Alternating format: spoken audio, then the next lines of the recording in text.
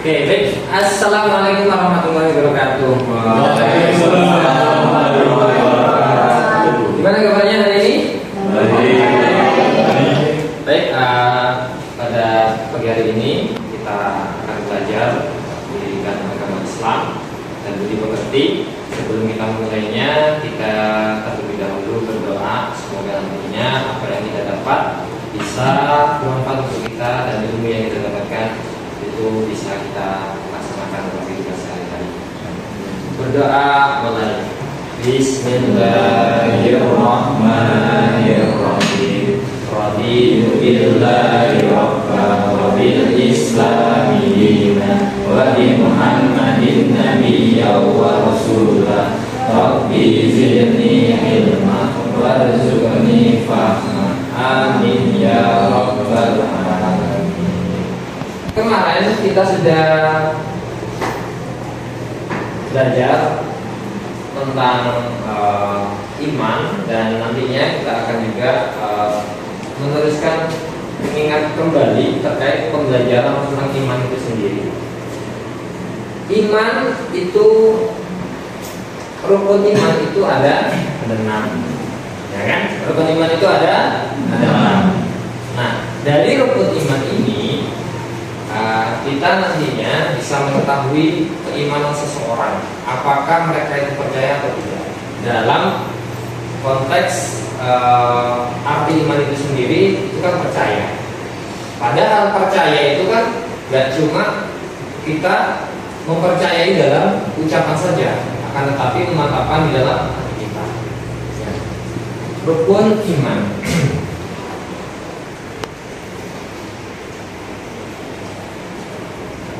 Oke, ada yang bisa menyebutkan rukun iman? 1, iman kepada Allah. 2, iman kepada malaikat-malaikatnya Allah. Dan iman kepada kitab-kitab Allah. Terus iman kepada utusan Allah. Terus iman kepada hari kiamat. Dan yang terakhir iman kepada qadar dan iman kepada qadar dan qadar. Oke. Iman kepada Allah Ta'ala itu bisa diketahui dengan mengetahui sifat-sifatnya. Yang mana kita sudah ketahui bahwasanya sifat yang dimiliki oleh Allah Subhanahu wa Ta'ala itu ada 20 jumlahnya. Baik itu adalah sifat muhalnya ataupun sifat wajibnya.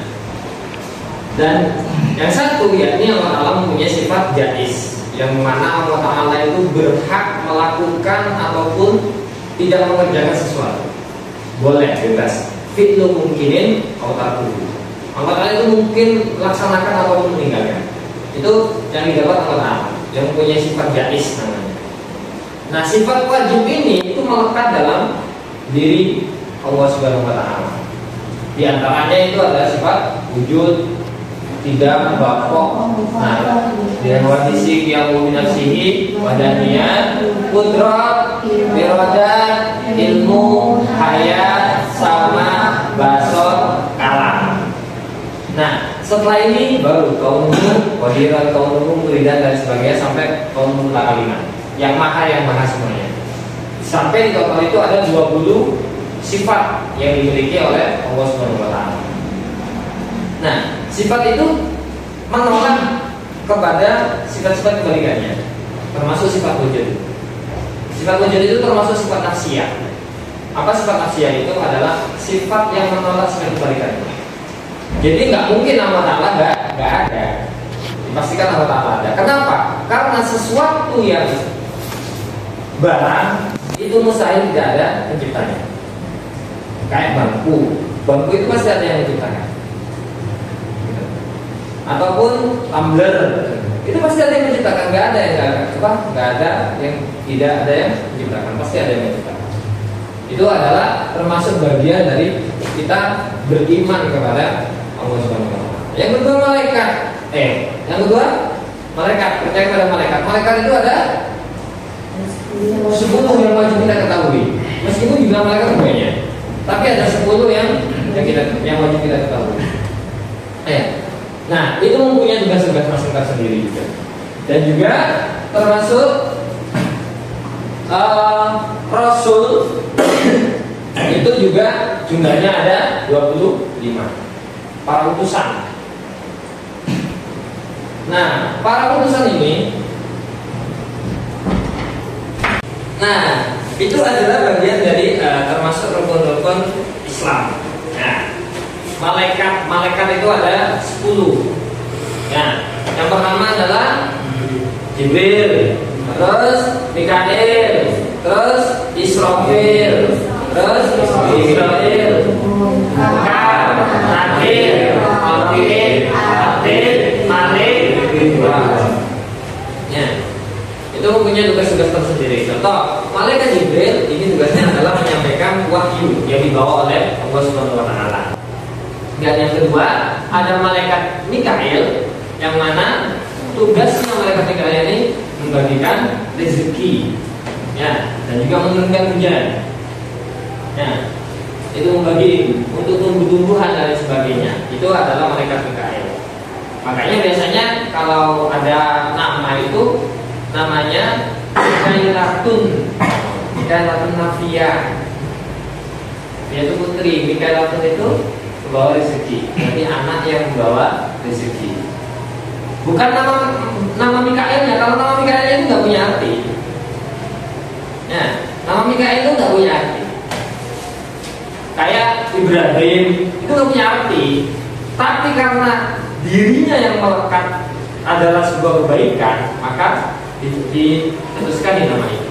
Contoh kayak Mikail, bukan arti nama Mikailnya itu membawa rezeki, tapi tugasnya pada malaikat Mikail mempunyai tugas untuk membagi rezeki. Terus dibuat nama oleh kita biasanya, agar nantinya dia adalah seorang anak yang membawa rezeki. Yang kedua, yang ketiga Israfil, yaitu meniup sangkakala ketika mau hari kiamat dan sampai hari kiamat dan juga hari pembangkitan. Yang keempat, malaikat Israel, yakni mencabut nyawa. Nah, nanti sampai tinggal berdua saja. Dicabut semuanya, manusia itu sama jin-jin itu dicabut nyawanya dan hanya tinggal 2 orang saja, yakni Allah Ta'ala sama malaikat Israel. Dan pada saat itulah malaikat Israel suruh nyabut nyawanya sendiri. Tinggal hanya Allah SWT sendiri. Yang kelima, mungkar nakir, yakni menanyakan di kuburan. Nah, kita ditanya di kuburan. Terus yang ketujuh, malaikat Raqib, mencatat amal baik. Terus ada malaikat Atid, yakni mencatat amal buruk. Dan yang terakhir, yang ke-9, malaikat Malik, menjaga neraka. Terus ada malaikat Ridwan, menjaga surga. Nah, ini nggak pernah ketemu. Nah, malaikat Malik sama Ridwan ini jarang ketemu. Kalau ketemu itu kayak mau tengkar aja. Ya, karena beda. Malaikat Malik yang biasanya adalah garang, gitu kan? Maksudnya dia itu nggak ada senyumnya sama sekali. Sekali senyum itu cuma ketika Nabi Muhammad datang. Itu senyum. Itu pun kayak terpaksa senyumnya. Nah, karena nggak biasa senyum dia. Nah, kalau malaikat Ridwan, dia kan biasa senyum, nggak bisa marah. Jadi memang mempunyai kepribadian yang berbeda di situ. Ya, antara malaikat Malik dan juga malaikat Ridwan. Ya, cara. Dan juga mereka itu mempunyai para malaikat itu mempunyai ciri-ciri. Nah, contoh nih, ketika kita melakukan amal baik, tapi niat saja. Kenapa malaikat itu tahu kalau kita mempunyai niat baik? Padahal niat itu yang tahu adalah Allah dan kita. Gak ada yang tahu. Niat itu adalah hanya kita dan Allah yang tahu. Ternyata dikatakan dalam sebuah kitab itu bahwasannya ketika kita niat baik kepada seseorang, malaikat itu mencium bau semerbak. Makanya disitulah langsung dicatat sebuah kebaikan. Jadi kalian niat saja, niat baik kepada seseorang itu sudah dicatat sebagai kebaikan. Apalagi dilaksanakan, maka 2 kali lipat akan diberikan kebaikan. Ya.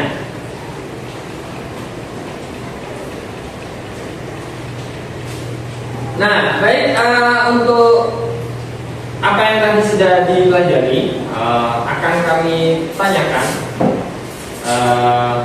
satu persatu. Yang bisa jawab ya, oke. Kita refleksi terlebih dahulu terkait pembelajaran tadi, ya, terkait rukun iman tadi. Ya, oke. Sekarang saya tanya, ini siapa namanya? Raka. Oke, Raka. Sebutkan rukun iman yang nomor 5. Iman kepada Allah. Loh. Yang nomor 5. Haji.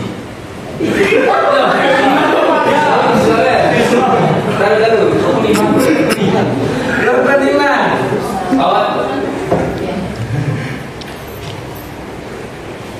Hari akhir. Beriman kepada hari akhir. Sudah tutup. Oke. Yang jawab. Nah, ini namanya Larissa. Oke. Larissa, tugas malaikat mungkar dan nakir.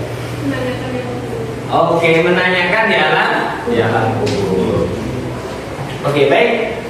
Itu adalah pelajaran hari ini. Di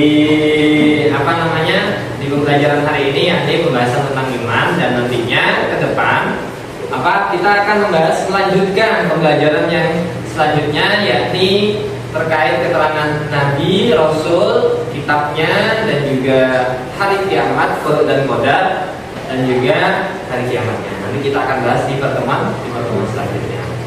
Baik, sampai di sini mungkin ada yang ditanyakan terkait pembelajaran yang belum paham dari tadi.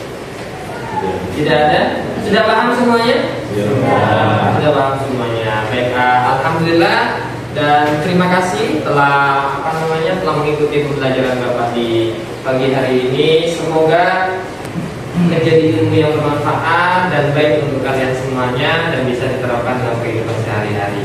Baik, kita tutup dengan hamdalah bersama. Alhamdulillahirabbil alamin. Sebelum kita selesai pembelajaran, kita berdoa terlebih dahulu agar nantinya kita diberikan keselamatan dan berdoa mulai bismillahirrahmanirrahim. Wal 'asri innal insana lafi khusrin illa alladziina aamanu wa 'amilus shalihati wa tawassaw bil haqqi wa tawassaw bis sabr. Amin ya rabbal alamin. Baik, terima kasih semuanya, akanlah hebat. Assalamualaikum warahmatullahi wabarakatuh.